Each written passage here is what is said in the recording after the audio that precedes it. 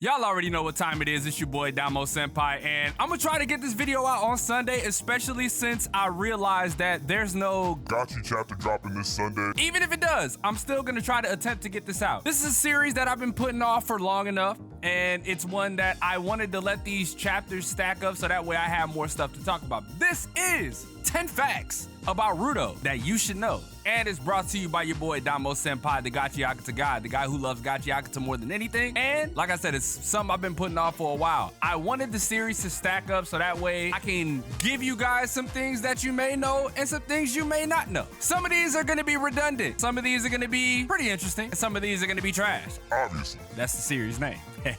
See what I did there? But anyways, man, let's jump into this because it's gonna be a long video. Hopefully not. Hopefully I can narrow it down to like maybe 10 to 12 minutes, but probably not. It's probably gonna be like 15 minutes. Fact number one, he's technically an orphan. For those of y'all that know, and if you didn't know, go back to chapter 1. These things were made blatantly obvious. His parents were murderers. They got cast into the abyss, right? So Recto had to fill in and take care of him. You can think of Recto as like a godfather, you know what I mean? I always thought that was interesting because it really phases into who Rudo is, you know what I mean? Another fact, his ability, or Jinky, is to turn trash into a weapon and use it to its fullest extent. We figured this out in chapter 25. I want to say. It was like right before we left and we were trying to figure out what Rudo can do and learning more about his ability. And in the time span of this chapter, Zonka, Rio, and Engine helped figure out the basis of what his ability was. Because when you go back and you look at the Jabber fight,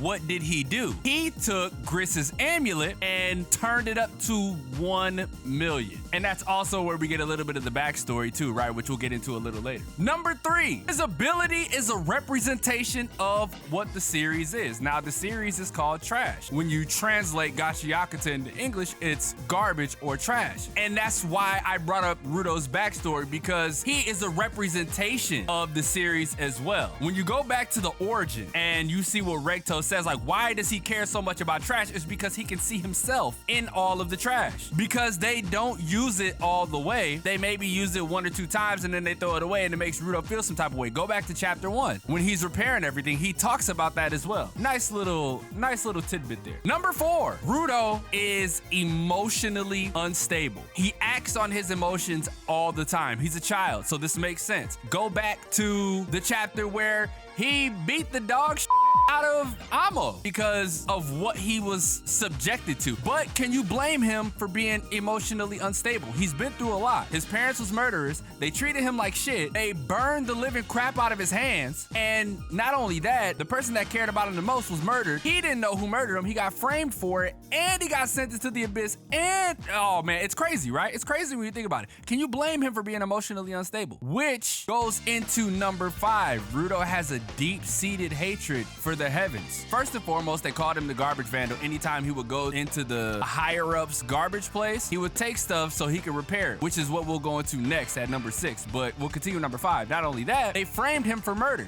right? And to that notion, he was also betrayed by somebody who he liked and somebody he thought would have had his back when he was being cast into the abyss. I like that because, again, I'm a fan of revenge plots when they're done really well. But with him being the garbage vandal, let's go into number 6. Rudo has an obsession with finding trash and repairing it. This also can relate back to what I was talking about with his ability being a representation of what the series is. Rudo sees himself in a lot of the trash that gets thrown out, which is why he repairs it and sells it. That leads into like him trying to earn money to help Recto. But like I said, when you go into the origin chapter, chapter 15, and you see the backstory, you see the mindset and you see where he gets it from. You know what I mean? I always thought that was a really intriguing thing because that's what this series revolves around, which leads into number 7. Rudo is aggressively one-track minded. He never really thinks outside of where he's looking. It's like he's got horse blinders on. But I think that is something that is substantial to his character. And that's where number 8 comes in.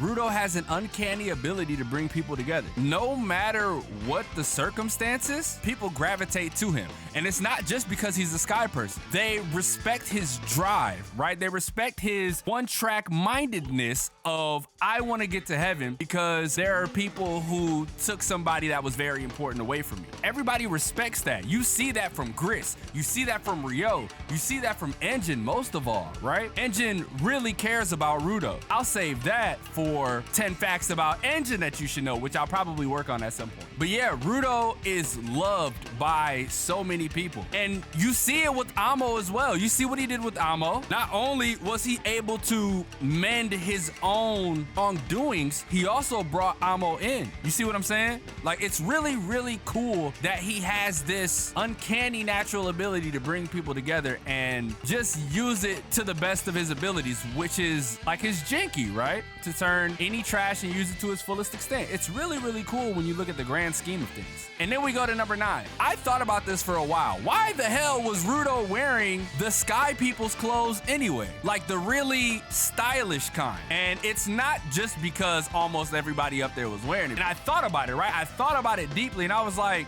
he used it to blend in so he could go steal trash. That's crazy to think about, right? Because it wasn't until they noticed him, right? It wasn't until they more than likely got used to him being the one going there and getting it that they would legitimately just like chase him down. I like that because it just shows the lengths that Rudo was willing to go to get trash, to repair, to sell, to help out Recto, which leads into fact number 10. Rudo has an indomitable will. Is it indomitable or undomitable? I think it's indomitable. But he has the will of the ancients, man. It doesn't matter what happens. It doesn't matter even if he's almost at death's door. Rudo will not falter. He will not go down. He's like a bull, bro. He sees red. He just goes. He's unstoppable. They won't take him down. And I think that's really cool because, like I said, he's unwavering. He knows what he wants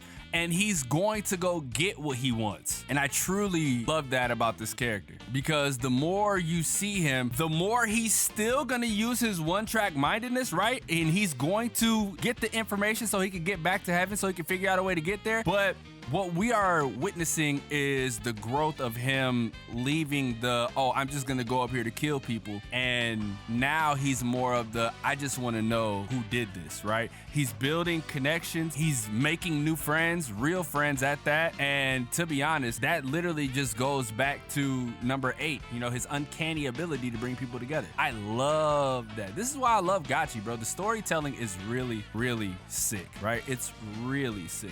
And it's such a joy to talk about. It's been a few topics in some of my videos, right? Like we've talked about how much I love Gachiakuta. We talked about the storyboarding, the storytelling elements. We've talked about all this, and I just wanted to make this video to spark more fire underneath me into creating other videos in this same facet, right? So we're gonna do Engine, we're gonna do Zonka. I don't know if we have enough for Rio, but I'm gonna try to do Rio and then Amo, right? I think Amo is a big one that I want to do. Anyways, man, leave a like if you enjoyed, subscribe if you are new. Memberships will be open relatively soon. Y'all just gonna have to give me some time with that. I'm still trying to figure out like what badges I want to do and, you know, all of those things. I'm really, really, really putting my feet down and, you know, put my toes in this. Make this as good of an experience as possible so that way once, you know, the memberships go out, y'all can support me in any type of way you think that y'all can. Like I said, it's gonna be like 10 tiers or some stuff like that. Like I said, man, this is what I want to do for the rest of my life, right? Like as a job, I want to do this. So with that being said,